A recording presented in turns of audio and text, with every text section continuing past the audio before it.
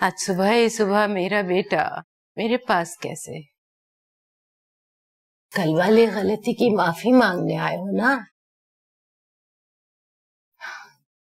देखो बेटा, गुलाम सुगरा बहन है तुम्हारी, बच्चों की तरह से चाहती है तुम्हें। अब अगर तुम भी अगर माजिद के काले करतूतों में उसका साथ दोगे तो दुख तो होगा ना गुलाम सुगरा को। भाई तो अपनी बहनों का घर बचाने के लिए जान पे खेल जाते हैं, और एक तुम बजाय गुलाम सुगरा के साथ खड़े रहने के माजिद का साथ दे रहे हो।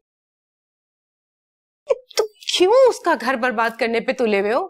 अम्मी जान, ऐसी कोई बात है ही नहीं। आप लोग बिला वजह शक कर रहे हैं। वो तो महज एक इत्तेफाक था, एक बैग चेंज हो गया, उनको जाकर वापस कर दिया, बात खत्म। तुम सच कह रहे हो? जी अम्मी जान, माजिद भाई ऐसे कैरेक्टर के आदमी नहीं है।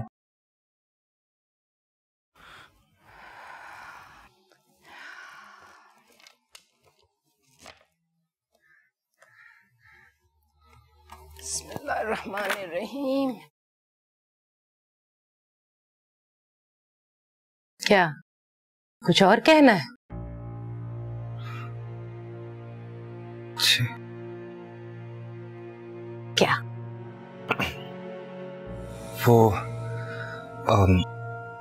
मैं ये कहना चाहता था कि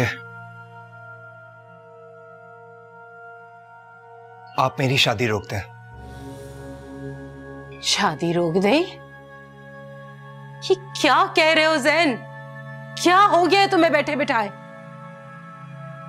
या फिर उस माजिद ने तुम्हें कोई नई पट्टी पढ़ा दी है?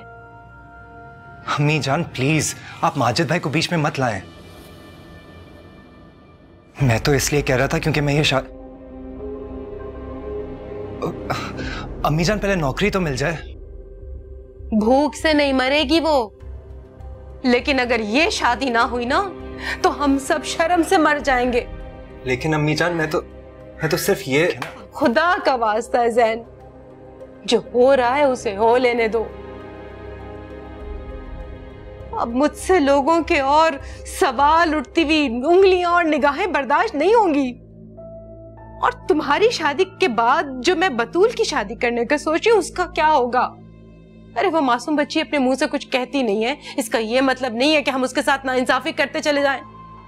उसके साथ की सारी लड़कियों की शादियां हो चुकी हैं, उसकी कजन्स की, उसकी सहेलियों की, 2-2 3-3 बच्चे हैं उनके।